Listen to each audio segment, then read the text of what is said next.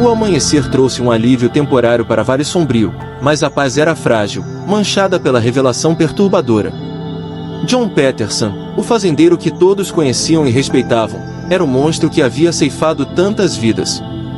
A verdade era um fardo pesado, difícil de ser compreendido. O corpo de John foi levado para a floresta e queimado, uma tentativa desesperada de purificar a terra da maldição que o havia consumido. A pequena Sarah Peterson nunca foi encontrada, e sua ausência pairava como uma nuvem escura sobre a cidade, um lembrete constante do preço da ignorância. O xerife Thomas Miller, embora aliviado pelo fim do terror imediato, sentia um vazio. A caçada havia terminado, mas as perguntas permaneciam. Como John Peterson se tornou um lobisomem? Havia outros? A maldição poderia se espalhar? Ele sabia que precisava de respostas, não apenas para si, mas para a cidade que havia jurado proteger. Ele se voltou para o Dr. Alistair Finn, o historiador e folclorista, que havia sido a única luz em meio à escuridão. O Dr. Finn, por sua vez, estava mais determinado do que nunca a desvendar os mistérios da maldição. Juntos, eles formaram uma pequena equipe de investigação. Além do xerife e do Dr. Finn, juntaram-se a eles Elias, o caçador experiente que havia liderado a primeira e frustrada caçada, e uma jovem e perspicaz jornalista chamada Clara Reis, que havia chegado a Vale Sombrio para cobrir os estranhos acontecimentos e agora estava profundamente envolvida na busca pela verdade. Clara, com sua mente afiada e sua capacidade de observar detalhes, provou ser um recurso inestimável. Ela não se intimidava com o perigo e estava disposta a ir aonde fosse necessário para descobrir a verdade. A primeira tarefa da equipe foi investigar a vida de John Peterson. Eles vasculharam sua fazenda, procurando por qualquer pista que pudesse explicar sua transformação. Encontraram diários antigos, escritos em uma caligrafia tremida, que revelavam uma história de desespero e um pacto sombrio. John havia perdido sua esposa e filho para uma doença misteriosa anos antes, e em sua dor, ele havia buscado consolo em práticas ocultas. Ele havia encontrado um livro antigo, encadernado em couro e escrito em uma língua desconhecida, que prometia poder e imortalidade. O livro descrevia um ritual, um sacrifício de sangue sob a lua cheia, que concederia a quem o realizasse a força e a ferocidade de uma besta. O Dr. Finn traduziu os trechos do diário, e a verdade se revelou em toda a sua horripilante glória. John Peterson, em sua loucura, havia se transformado voluntariamente no lobisomem, acreditando que o poder o ajudaria a superar sua dor e a proteger o que restava de sua família. A maldição, no entanto, havia se mostrado um fardo, uma prisão. Ele não controlava a besta o controlava. As mortes na cidade não eram atos de maldade, mas de uma fome incontrolável, uma sede de sangue que o consumia a cada lua cheia. A revelação trouxe uma nova camada de tragédia à história de John Peterson, um homem que, em sua dor, havia se tornado um monstro. Com essa nova informação, a equipe começou a traçar a origem do livro e do ritual. O diário de John Peterson mencionava um antigo culto, uma sociedade secreta que se reunia nas profundezas da floresta, adorando entidades sombrias e buscando poder através de rituais proibidos. O Dr. Finn, com seu conhecimento de folclore e ocultismo, reconheceu os símbolos e as referências. Era o culto da Lua Escarlate, uma seita antiga que havia sido supostamente erradicada séculos atrás. A ideia de que eles ainda existiam, e que haviam sido responsáveis pela maldição de John Peterson, era aterrorizante. A equipe decidiu que precisavam encontrar o culto da Lua Escarlate. Eles sabiam que seria perigoso, mas a ameaça de uma maldição se espalhando pela cidade era ainda maior. Elias, com seu conhecimento da floresta, liderou o caminho. Ele conhecia cada trilha, cada esconderijo, cada armadilha natural. O xerife Miller, com sua experiência em rastreamento e combate, garantiu a segurança do grupo. Clara Reis documentava cada passo, cada descoberta, com sua câmera e seu bloco de notas. E o Dr. Finn, com sua mente brilhante, interpretava os sinais e as pistas, guiando-os através do labirinto de lendas e superstições. Eles seguiram os rastros deixados nos diários de John Peterson, adentrando cada vez mais fundo na floresta. A vegetação se tornava mais densa, a luz do sol mal conseguia penetrar as copas das árvores. O ar era pesado, carregado com o cheiro de terra úmida e algo mais, algo antigo e sinistro. Encontraram ruínas de pedra cobertas de musgo, símbolos estranhos gravados nas rochas, e altares primitivos onde sacrifícios haviam sido realizados. Cada descoberta era um passo mais perto da verdade, mas também um passo mais perto do perigo. Em uma clareira escondida, cercada por árvores centenárias, eles encontraram o que parecia ser o centro das atividades do culto. Havia uma fogueira apagada, restos de rituais, e um altar de pedra manchado de sangue. O Dr. Finn examinou os artefatos, identificando símbolos e runas que indicavam a presença de magia negra e invocações demoníacas. Ele explicou que o culto da Lua Escarlate não apenas adorava entidades sombrias, mas também buscava canalizar seu poder através de rituais de sacrifício. A maldição do lobisomem era apenas uma das muitas abominações que eles buscavam criar. De repente, um som. Um farfalhar de folhas, um galho quebrando. A equipe se preparou para o ataque. Não era o lobisomem, mas algo igualmente perigoso: os membros do culto da Lua Escarlate. Eles eram homens e mulheres encapuzados, com olhos vazios e um fanatismo assustador. Estavam armados com facas rituais e cajados, e pareciam imunes ao medo. A batalha foi rápida e brutal. O xerife Miller e Elias lutaram com coragem, mas os cultistas eram numerosos e implacáveis. Clara Reis, apesar do perigo, continuava a documentar tudo, sua câmera registrando os horrores da batalha. O Dr. Finn, percebendo que estavam em desvantagem, usou seu conhecimento para criar uma distração. Ele jogou um frasco de um líquido inflamável na fogueira apagada, que explodiu em chamas, assustando os cultistas. A equipe aproveitou a oportunidade para recuar, fugindo para as profundezas da floresta. Eles haviam escapado por pouco, mas a experiência os deixou abalados.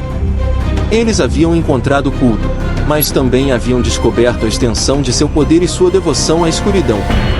A caçada havia se tornado muito mais perigosa do que eles imaginavam. De volta à cidade, a equipe se reuniu para planejar seu próximo passo. Eles sabiam que não podiam enfrentar o culto de frente. Precisavam de um plano, uma estratégia para desmantelar a seita e destruir a fonte da maldição. O Dr. Finn sugeriu que eles procurassem por aliados, por outros que tivessem conhecimento sobre o culto da Lua Escarlate. Ele se lembrou de um antigo colega, um estudioso de ocultismo que havia dedicado sua vida a combater as forças das trevas. Seu nome era Professor Arthur Blackwood, e ele vivia em reclusão em uma pequena cabana nas montanhas, longe da civilização. A equipe decidiu que a próxima fase da caçada seria encontrar o Professor Blackwood. Ele poderia ter as respostas que eles precisavam, o conhecimento para combater o culto e a maldição. A jornada seria longa e perigosa, mas eles estavam determinados. A cidade de Vale Sombrio dependia deles.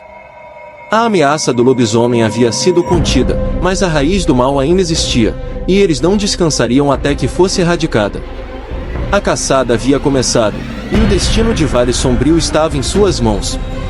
O professor Arthur Blackwood era uma figura lendária no mundo do ocultismo, um homem que havia dedicado sua vida a estudar e combater as forças das trevas. Ele era conhecido por sua vasta biblioteca de tomos proibidos e por sua mente brilhante, capaz de desvendar os mistérios mais sombrios.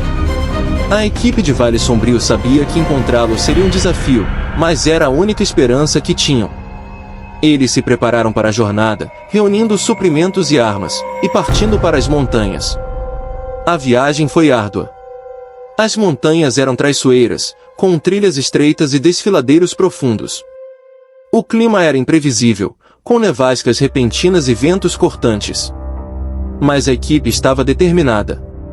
Elias, com sua experiência em sobrevivência na natureza, liderava o caminho, enquanto o xerife Miller mantinha a vigilância, atento a qualquer sinal de perigo. Clara Reis continuava a documentar a jornada, registrando cada paisagem, cada desafio, cada momento de esperança e desespero. E o Dr. Finn, com sua mente sempre ativa, discutia com Clara as lendas e os mitos das montanhas, procurando por qualquer pista que pudesse levá-los ao Professor Blackwood. Depois de dias de caminhada exaustiva, eles finalmente encontraram a cabana do Professor Blackwood. Era uma construção rústica, escondida entre as árvores, com uma fumaça tênue saindo da chaminé. A equipe se aproximou com cautela, sem saber o que esperar. Bateram na porta, e depois de um momento de silêncio, a porta se abriu, revelando um homem idoso com uma longa barba branca e olhos penetrantes. Era o professor Arthur Blackwood. O professor Blackwood os recebeu com uma mistura de curiosidade e ceticismo. Ele havia se isolado do mundo há anos, e a visita de estranhos era algo incomum. O Dr. Finn explicou a situação, a maldição do lobisomem, o culto da lua escarlate, e a necessidade de sua ajuda. O professor Blackwood ouviu atentamente, seus olhos fixos no Dr. Finn, absorvendo cada palavra. Quando a história terminou, ele suspirou profundamente, e disse, eu sabia que eles voltariam. O mal nunca morre, apenas hiberna.